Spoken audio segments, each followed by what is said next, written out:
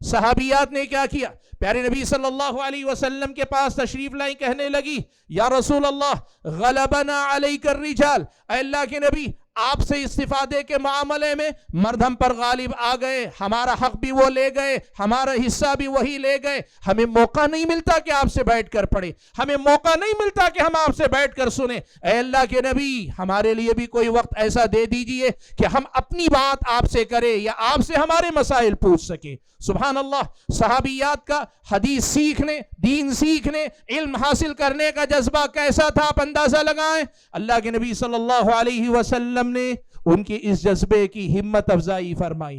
آپ صلی اللہ علیہ وسلم نے ان سے کہا اچھا اپنے لیے ایک مجلس خاص کر لو، ایک وقت متعین کر لو، اور پھر اللہ کے نبی صلی اللہ علیہ وسلم اس وقت پر خواتین کی خصوصی نشست میں گئے، صحابیات کی خصوصی مجلس میں تشریف لے گئے، اور لے جا کر اللہ کے نبی صلی اللہ علیہ وسلم نے ان صحابیات کے سامنے جو کچھ بتانا تھا خود بتایا، ان صحابیات نے جو سوالات پوچھے اس کے جوابات دیے۔ معلوم یہ ہوا کہ صحابیات نہ صرف یہ کہ مردوں کی مجلس میں شریک ہو کر مردوں کے شانہ بشانہ علم حاصل کیا کرتی تھی، بلکہ اللہ کے نبی سے درخواست کر کے اپنے لیے حصول علم کی خصوصی نشستیں منعقد کروایا کرتی تھی، اللہ کے نبی صلی اللہ علیہ وسلم سے خصوصی طور پر یہ بات سیکھا کرتی۔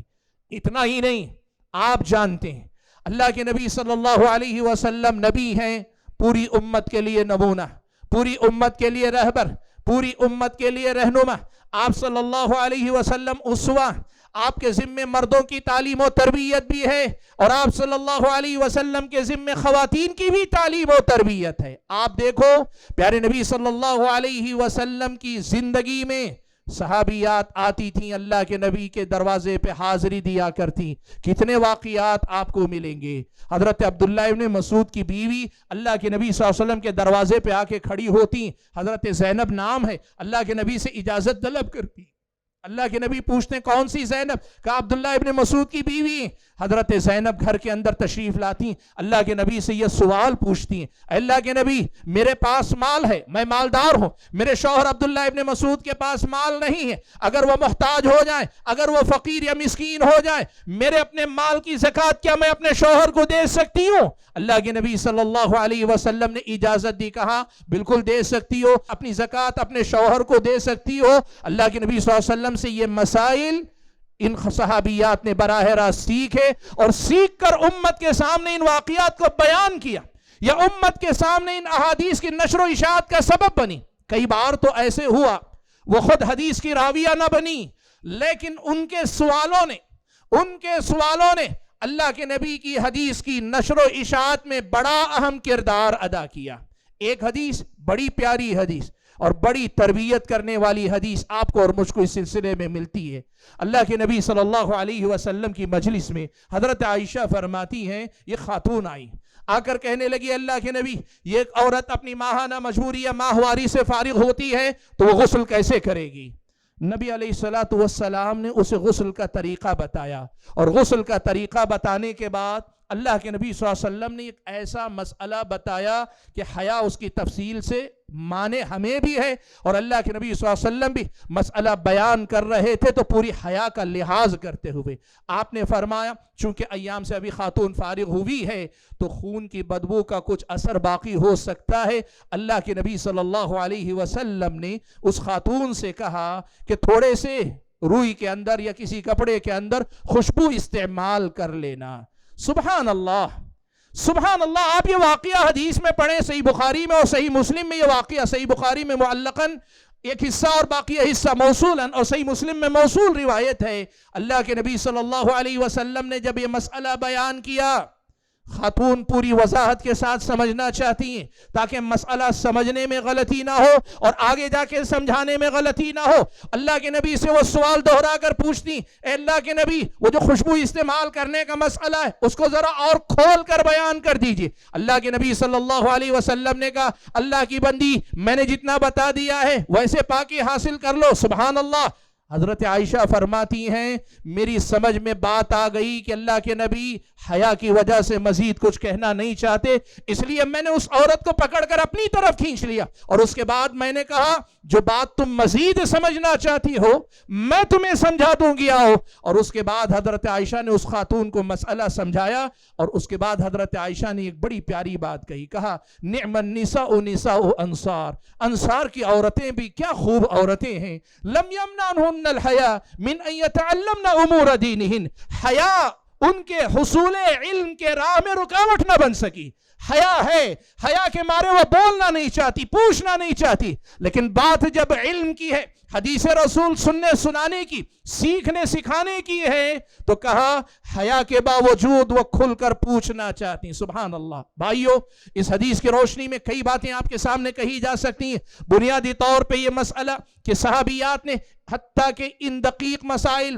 جن میں حیا مانے ہو سکتی ہے، پردے کے اندر کی باتیں، ایسے مسائل بھی اللہ کے نبی سے پوچھ کر حدیث کی نشر و اشاعت میں، اللہ کے نبی کی سنت کے نشر و اشاعت میں، اللہ کے نبی کے علم کے پھیلانے میں بڑا ہی اہم اور بنیادی کردار ان صحابیات نے ادا کیا ہے۔ حاضرین گرامی قدر، بات لمبی نہ ہو اس لیے میں تفصیل میں نہیں جاؤں گا، لیکن ایک بات کہنا چاہوں گا کہ نئے زمانے میں بعض لوگ حصول علم کے نام پر یہ کہتے ہیں کہ دین سیکھنے میں حیا نہیں، دین بیان کرنے میں حیا نہیں، تو اس کے نتیجے میں دینی مسائل بیان کرنے کے نام پر حیا کے حدود کو پار کر جاتے ہیں، بے حیائی کی انتہا کو چھونے لگتے ہیں۔ ان کو اللہ کے نبی کی سنت سے سیکھنا چاہیے۔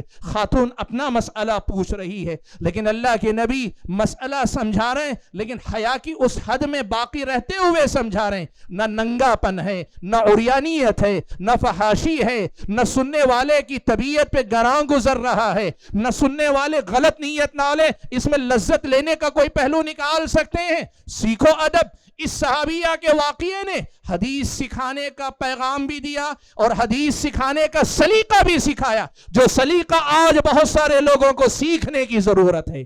لوگ دین سکھانے کے نام پہ ممبر و محراب سے بے حیائی کی حد تک کھلے پن اور ننگے پن کا مظاہرہ کرتے ہیں۔ اس حدیث کی روشنی میں سیکھو کہ اللہ کے نبی نے اس صحابیہ کو دین کتنے پیارے انداز میں سکھایا۔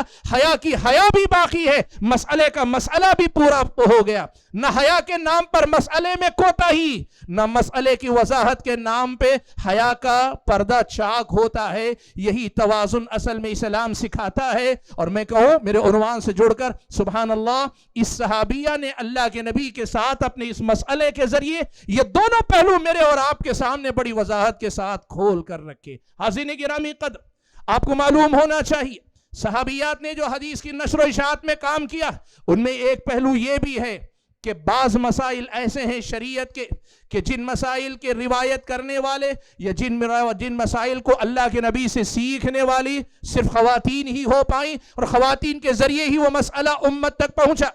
اہل علم نے اس سلسلے میں دو نام بتائے، حضرت فاطمہ بنت قیس، ان کا بڑا مشہور واقعہ ہے طلاق کے سلسلے میں۔ شریعت مطہرہ کا قانون ہے کہ جس عورت کی تیسری طلاق ہو جاتی، پہلی طلاق کے بعد جب تک وہ عدت میں ہے، شوہر پہ ضروری ہے کہ نفقہ اور سکنا، رہائش اور نان و نفقہ برداشت کرے شوہر۔ دوسری طلاق بھی اگر ہوتی ہے، دوسری طلاق کے بعد بھی نان و نفقہ شوہر برداشت کرے گا، یہ شریعت کا حکم ہے۔ اگر تیسری طلاق ہو جائے، تیسری طلاق کے بعد نان و نفقہ نہیں دیا جائے گا، یہ شریعت کا مسئلہ ہے۔ اور آپ کو معلوم کر کے تعجب ہوگا شاید کہ یہ مسئلہ امت کے سامنے حضرت فاطمہ بنت قیس کے ذریعے ہی آیا۔ ایک صحابیہ ہے جس نے سماج کے اتنے بڑے مسئلے میں پیارے نبی صلی اللہ علیہ وسلم کی احادیث کو یاد رکھ کر امت تک پہنچا۔ حضرت عمر کے زمانے میں جب انہوں نے حدیث بیان کی، حضرت عمر رضی اللہ تعالیٰ عنہ نے تردد بھی کیا کہ پتہ نہیں یاد رکھی ہے بھی کہ نہیں۔ اسی خاتون کے ذریعے اللہ تعالیٰ نے یہ پیغام امت تک پہنچا۔ اور ایسے ہی صحابیات میں حضرت ام عطیہ رضی اللہ تعالیٰ عنہ، حضرت ام عطیہ تو یہ خواتین کے مسائل کے ایکسپرٹ ہیں۔ وہ چاہے طلاق اور خلع کے مسئلے، عیدین میں نماز کے لیے نکلنے کے مسئلے ہو، یا پھر یہ کہ میت کو غسل دینے کے مسئلے۔ ام عطیہ رضی اللہ تعالی عنہ صحابیات میں سے وہ جلیل القدر صحابیہ ہیں جن کا غیر معمولی کردار رہا ہے حدیث کی نشر و اشاعت میں، حتیٰ کہ بعض اہل علم نے نقل کیا کہ میت کو غسل دینے کا جو طریقہ ام عطیہ رضی اللہ تعالی عنہ نے روایت کیا، یہ طریقہ صرف حضرت ام عطیہ ہی سے مروی ہے، کسی اور سے مروی نہیں۔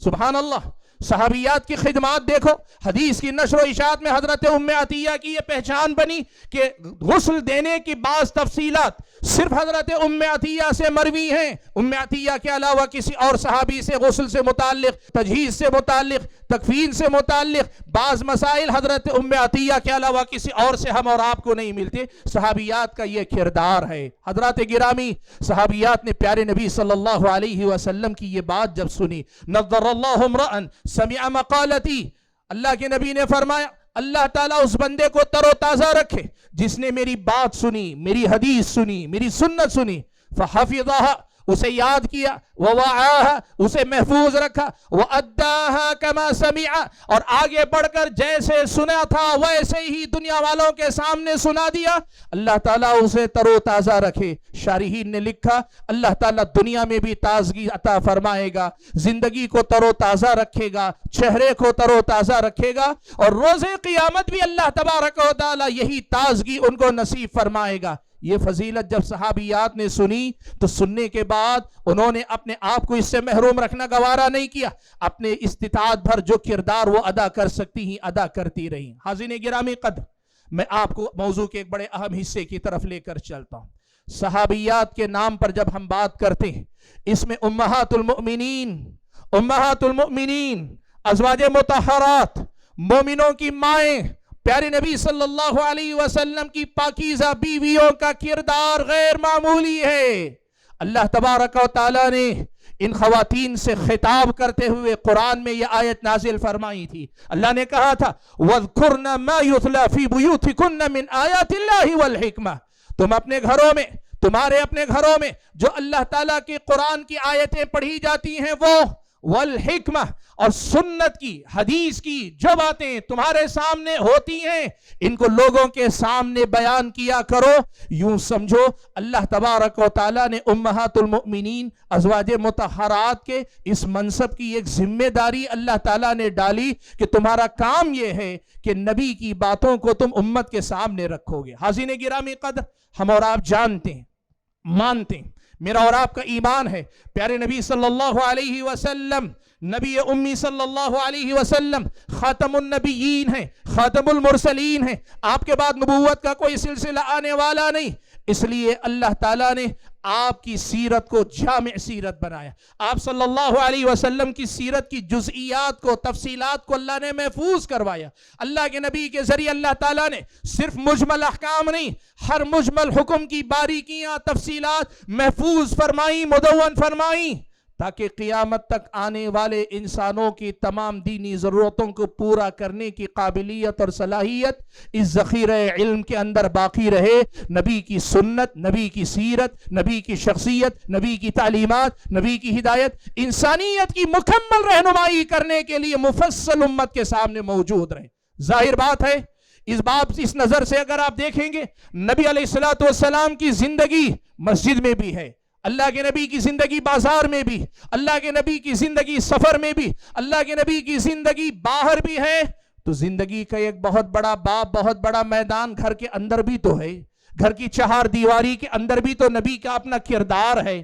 نبی کے اس کردار کو یاد رکھنے، محفوظ کرنے اور لوگوں کے سامنے بیان کرنے کے لیے اللہ تبارک و تعالیٰ نے ازواج مطہرات، صحابیہ میں سے امہات المؤمنین کو اللہ تعالیٰ نے منتخب فرمایا اور ان کو یہ ذمہ داری دی۔ اور قربان جاؤ، امہات المؤمنین نے کیا خوب اس ذمہ داری کو نبھایا، کیا خوب اس ذمہ داری کو امہات المؤمنین نے نبھایا۔ امہات المؤمنین سے جڑے واقعات دو طرح سے آپ دیکھیے، ایک تو وہ احادیث جن کو امہات المؤمنین نے خود روایت کیا، خود بیان کیا۔ آپ اگر دیکھیں گے اہل علم نے ذکر کیا صرف کتب ستہ میں، صرف حضرت عائشہ صدیقہ رضی اللہ تعالی عنہ، صرف حضرت عائشہ صدیقہ رضی اللہ تعالی عنہ کا معاملہ یہ ہے کہ ان سے کتب ستہ کے اندر 2000 سے زیادہ حدیثیں صرف حضرت عائشہ سے مروی ہیں. صرف کتب ستہ کے اندر ام المومنین حضرت عائشہ صدیقہ رضی اللہ تعالیٰ عنہ کے ذریعے 2000 سے زیادہ حدیثیں مروی. ان سے ہٹ کر آپ اگر روایت کرنے والی خواتین کی حیثیت سے نہیں، اللہ کے نبی کی گھریلو زندگی سے متعلق جزئیات، تفصیلات جو محفوظ رکھ کر امہات المؤمنین نے بیان کی ہے، اگر وہ حصہ نہ ہو، یقین مانیے نبی علیہ الصلوۃ والسلام کی سیرت ادھوری رہے گی، نبی علیہ الصلوۃ والسلام کا اسوہ ادھورا ہو جائے گا اگر ان امہات المؤمنین کے روایت کردہ احادیث کے ذخیرے کو یا ان کی روایت کردہ باتوں کو اگر ہم دین کے حصے سے الگ کر لیں گے. سبحان اللہ. جب ہم صحابیات کی اشاعت حدیث میں خدمات کی بات کرتے ہیں تو امہات المؤمنین کے اس کردار کو بھی ہم اور آپ کو یاد رکھنا چاہیے. اور آپ کو معلوم ہے بالخصوص حضرت ام سلمہ، حضرت عائشہ، حضرت زینب بنت جحش اور دیگر امہات المؤمنین میں سے کئی ایک نے احادیث روایت کی. بعض مسائل تو اللہ کے نبی صلی اللہ علیہ وسلم سے، جیسے حضرت میمونہ کا مسئلہ، اللہ کے نبی نے جب ان سے نکاح کیا، کب نکاح کیا، کب کیا، آپ نے پیغام کب بھیجا، حالت احرام میں آپ نے نکاح کیا کہ احرام کی حالت سے باہر تھے، اتنی تفصیلات امہات المومنین نے شریعت مطہرہ کی روایت کی.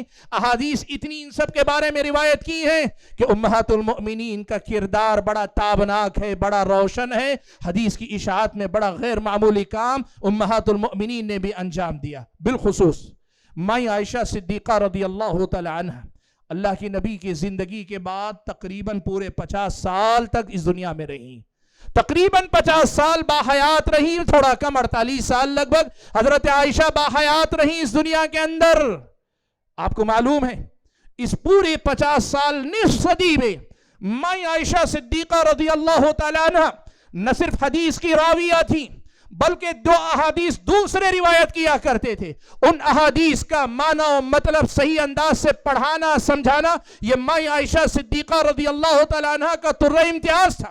حضرت ابو موسیٰ اشعری رضی اللہ تعالیٰ عنہ کہتے ہیں کہ ہم صحابہ کے پاس کوئی بھی ایسی حدیث آتی، کوئی بھی ایسی حدیث ہمارے علم میں آتی جس حدیث کے سمجھنے میں ہمیں مشکل پیش آتی، نبی کی بات ہے لیکن اللہ کے نبی کیا مراد لے رہے ہیں، اللہ کے نبی کی منشا کیا ہے، یہ سمجھنے میں اگر ہمیں دقت پیش آ رہی ہوتی تو ہم سیدھے حضرت عائشہ کے پاس جاتے اور حضرت عائشہ کبھی ہمیں مایوس نہ کرتی. ان کے پاس اس حدیث کی وضاحت کے سلسلے میں کوئی نہ کوئی اللہ کے نبی کی طرف سے کوئی بات ضرور ہوتی جس کی روشنی میں وہ اس کی وضاحت کر دیا کر دیتی. سبحان اللہ.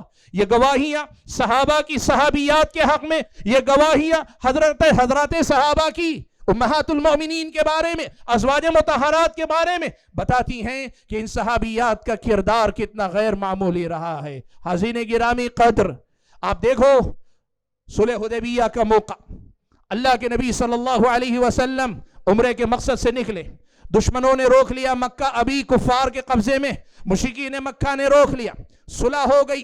فیصلہ یہ ہوا مسلمان اس سال عمرہ کیے بغیر واپس لوٹ جائیں گے، اگلے سال آ کر عمرہ کریں گے. اتفاق ہو گیا. اب شریعت کا اپنا مسئلہ، وہ مسئلہ یہ ہے کہ جب آپ نے احرام باندھ لیا ہے تو اس احرام کو عبادت مکمل کرنے کے بعد ہی اتارنا ہے، اور اگر اس سے پہلے آپ احرام اتارتے ہیں تو کفارہ دینا ہے. عربوں کے ہاں احرام پہننے کے بعد عبادت مکمل ہونے سے پہلے احرام اتارنے کا کوئی تصور نہیں تھا، لیکن اللہ کے نبی صلی اللہ علیہ وسلم نے یہ حکم صحابہ کو دیا. چونکہ صحابہ کے لیے بالکل ایک نئی تعلیم تھی، وہ جلد اس پر عمل کرنے کے لیے آمادہ نظر نہیں آ رہے. اللہ کے نبی پریشان ہیں، پریشان ہو کر خیمے میں داخل ہوتے ہیں. اس سفر میں حضرت ام سلمہ ام المؤمنین اللہ کے نبی کی زوجہ مطہرہ ساتھ میں ہیں. وہ یہ کہتی ہیں اللہ کے نبی کیا بات ہے؟ اللہ کے نبی نے کہا میں ان کو حکم دے رہا ہوں، یہ اپنے احرام اتارنے کے لیے تیار نہیں. ام المؤمنین نے اللہ کے نبی کو مشورہ دیتے ہوئے کہا اے اللہ کے نبی ایسا کیجئے، آپ باہر نکلیے، سب سے پہلے آپ احرام اتاریے، سر منڈوائیے، دیکھیے کتنی آسانی سے لوگ آپ کی پیروی کرنے لگیں گے. اللہ کے نبی نے حضرت ام سلمہ کے اس مشورے کو مانا. آپ دیکھو اللہ کے نبی حدیث سمجھانا چاہتے ہیں اور اس معاملے میں بعض صحابہ کو گویا یوں سمجھیے کہ ایک نیا مسئلہ ہے، کہیں کسی وجہ سے تردد ہے. ام المؤمنین نے کتنا غیر معمولی مشورہ دیا. اللہ کے نبی نے وہی کیا، باہر نکلے، سر مڑوانے والے کو بلایا اور بلا کر اپنے سر کا ایک حصہ کہا مونڈ دو.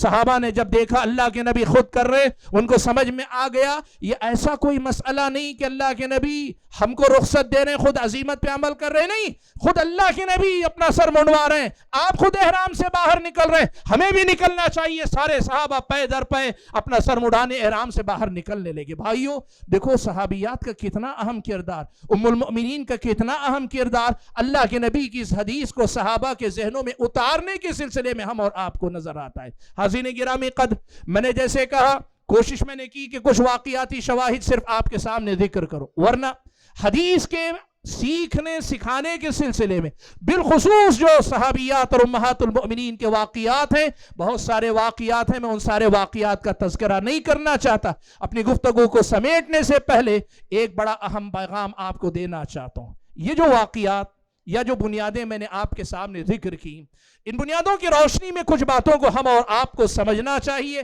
سیکھنا چاہیے، اپنے قلب و جگر میں بٹھانا چاہیے. سب سے پہلا مسئلہ، مغربی دنیا یہ کہتی ہے کہ مسلمانوں نے عورتوں کو اپنے گھر میں مقید کر کے آدھے معاشرے کو معطل کر کے چھوڑا ہوا ہے، آدھی سوسائٹی کو مردہ کر کے چھوڑا ہوا ہے. اور اتنا ہی نہیں، وہ یہ بھی کہتے ہیں کہ عورتوں کو اپنے گھروں میں رکھ کر عورتوں کو حصول علم سے محروم کیا ہوا ہے، ان کو تعلیم نصیب نہیں ہوتی. اور ایسے ہی بہت سارے الزامات عورتوں کے حوالے سے اسلام اور مسلمانوں پہ یہ مغربی دنیا کرتی ہے. اور مغربی دنیا کی دیکھا دیکھی مشرقی دنیا کے غیر مسلم بھی کرتے ہیں، اور مشرقی دنیا کے غیر مسلموں کی دیکھا دیکھی اسلام کے نام لیوا مسلمانوں سے تعلق رکھنے والے یا اسلام سے نسبت رکھنے والے انٹلیکچوئلز، پڑھے لکھے لوگ بھی کہتے ہیں نہیں، اسلام اس قدر زیادہ تو مشکلات نہیں پیدا کرتا. اللہ کے بندو، صحابیات کے اس کردار کو پڑھ کر دیکھو. اللہ تعالیٰ نے یہ جو کردار بیان کیا سورہ احزاب میں بیان کیا، اور سورہ احزاب کی جن آیتوں میں اللہ نے یہ ساری باتیں بیان کی، انہی آیتوں سے ذرا پہلے اللہ نے کہا وَقَرْنَ فِي بُيُوتِكُنْ، اپنے گھروں میں ٹہری رہو، اپنے گھروں میں رکی رہو. وَلَا تَبَرَّجْنَ تَبَرُّجَ الْجَاهِلِيَّةِ الْأُولَى، زمانے جاہلیت کی طرح بے پردہ ہو کے نہ نکلا کرو. اور یہ گھر میں رہنے کا حکم دینے کے بعد اللہ نے کہا وَاذْكُرْنَ مَا يُتْلَى فِي بُيُوتِكُنَّ مِنْ آيَاتِ اللَّهِ وَالْحِكْمَةِ. امہات المومنین کا کردار یاد دلایا. ان المسلمین والمسلمات، وہ جو خواتین نے خصوصی نشست کا مطالبہ کیا تھا، اس واقعے کا بھی اللہ نے یہاں تذکرہ کیا. یہ کیا بتاتا ہے، کیا سکھاتا ہے؟ میری ماں اور بہنوں، آپ کے لیے بھی اور دنیا والوں اگر سمجھدار ہو تو سمجھو، یہ بتاتا ہے کسی کا گھر میں رکنا نہ تو قید ہے، نہ محرومی ہے، نہ سماج کو معطل کرنا ہے. ہماری پاکیزہ مائیں امہات المؤمنین نے، ازواج مطہرات نے اور ان کے دور کی صحابیات نے اپنی زندگیوں کے عملی نمونے کی روشنی میں ہمارے اور آپ کے سامنے زندہ مثال رکھی کہ ایک مسلم عورت شریعت مطہرہ کی تعلیمات کی پابندی کرتے ہوئے بھی نہ صرف یہ کہ علم حاصل کرنے والی ہو سکتی ہے بلکہ علم دینے والی بھی ہو سکتی. وہ گھروں میں رہ کر بھی علم کی دنیا سے تعلق رکھنے والی ہو سکتی ہے. جس کے علم سے امت بعد میں فائدہ اٹھائے ایسی خاتون وہ بن سکتی ہے.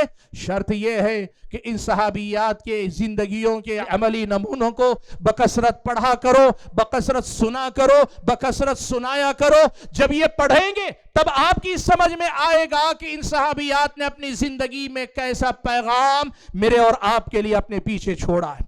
دوسری اہم بات جو آج اس مجلس میں میں کہنا چاہوں گا، میں نے جب درخواست کر کے کہا کہ میرا خطاب پہلے رکھ دیا جائے، بعض ذمہ دار کہہ رہے تھے کہ مناسب نہیں ہوگا. میں نے کہا مجھے پتا ہے کہ میری بائیں بہنیں سب سے پہلے آتی ہیں پروگرام کے اندر، اس لیے خاتون سے متعلق میرا عنوان ہے. مجھے ذرا برابر جھجک نہیں ہوگی، اگر مرد نہ بھی ہوں تو میں خطاب کروں گا.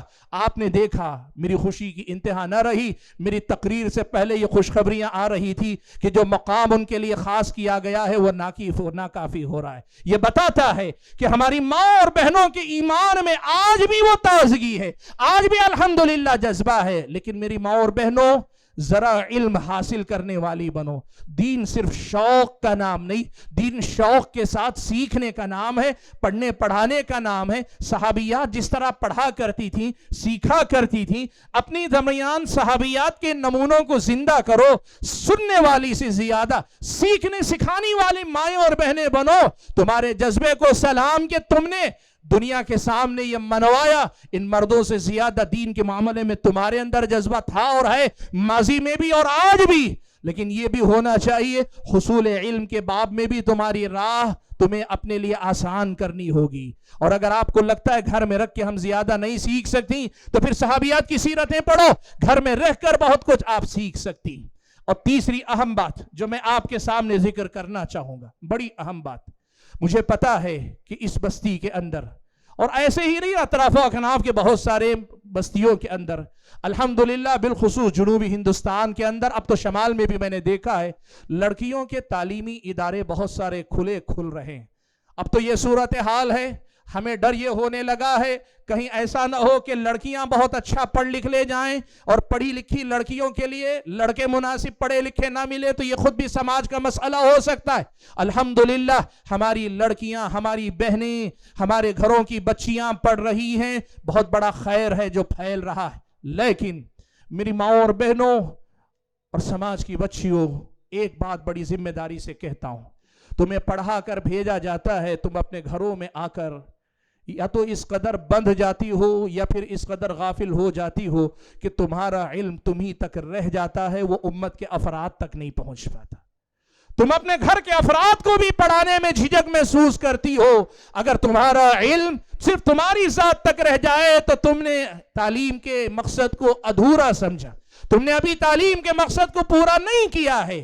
تم کو تو اس لیے پڑھایا گیا کہ تمہارے بارے میں لوگ کہا کرتے تھے یہ ایک مرد پڑھتا ہے تو مرد پڑھتا ہے، لیکن یہ خاتون پڑھتی ہے تو یہ خاندان پڑھتا ہے.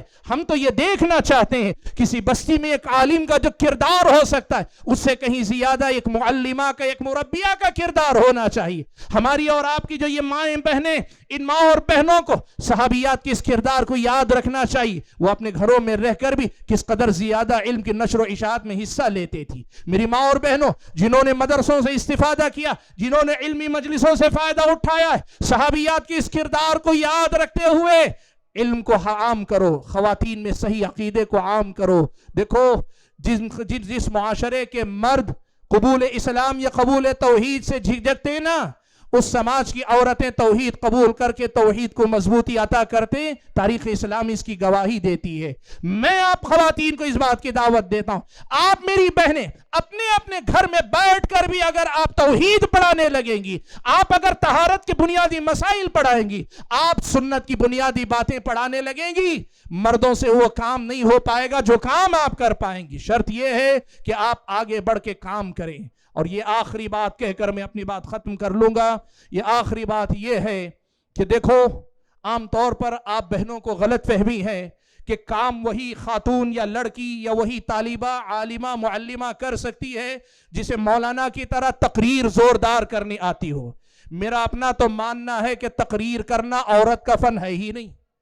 یہ چیخ و پکار، یہ روب و دبدبہ، نبی علیہ السلام کا جو انداز کے جب خطبہ دیتے تھے، علا صوتہ اشتد غضبہ، اللہ کے نبی غصہ ہو جاتے، اللہ کے نبی کی آواز بلند ہو جاتی.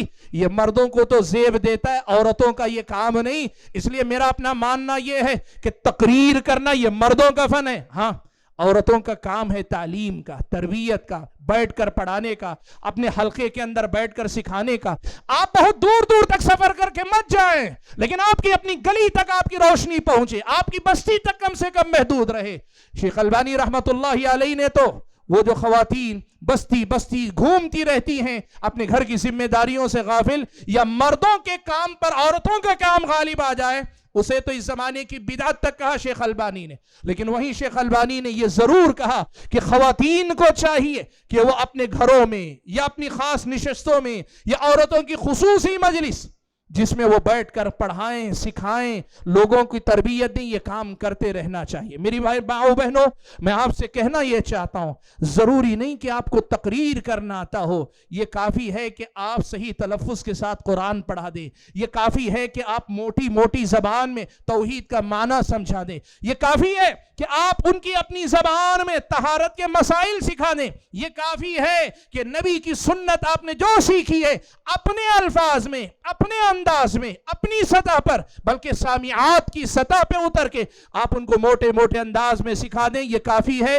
یہی وہ پیغام ہے جو صحابیات کے اشاعت حدیث میں بیان کردہ کردار سے آپ کے سامنے میں دینا چاہتا تھا۔ میں اپنی گفتگو کو ختم کرتے ہوئے اللہ تبارک و تعالیٰ سے یہ دعا کرتا ہوں کہ اللہ تعالیٰ مجھے اور آپ سبھی حضرات اور خواتین کو جو باتیں ہم کہتے اور سنتے ہیں، کہنے اور سننے سے زیادہ عمل کرنے کی توفیق عطا فرمائے۔ ہماری ان ماؤں اور بہنوں کو صحابیات کے، امہات المؤمنین کے، ازواج مطہرات کے ان تابناک نقوش کی پیروی کرنے کی توفیق عطا فرمائے، اور ہمارے سماج کے مرد حضرات کو اللہ اس بات کی توفیق دے کہ اپنے گھر کی خواتین کے ساتھ اس معاملے میں وہ معاون بنے، مددگار بنے، ساتھ دینے والے بنے۔ اللہ تعالیٰ مرد و خواتین دونوں کی محنتوں سے اس سماج کو شاد کر دے، آباد کر دے، توحید کے پیغام کو عام کر دے، سنت کی تعلیم کو اللہ تعالیٰ عام کر دے، اور اس دنیا تک اللہ تعالیٰ خیر کی ہر بات کو پہنچا دے۔ آمین وآخر دعوانا ان الحمدللہ رب العالمین۔ مرسی ٹی وی کے مزید ویڈیوز کے لیے ہمارے چینل کو سبسکرائب کریں اور بیل آئیکن کو کلک کرنا نہ بھولیں۔ جزاک اللہ خیر۔ مرسی ٹی وی، پیغام رحمت۔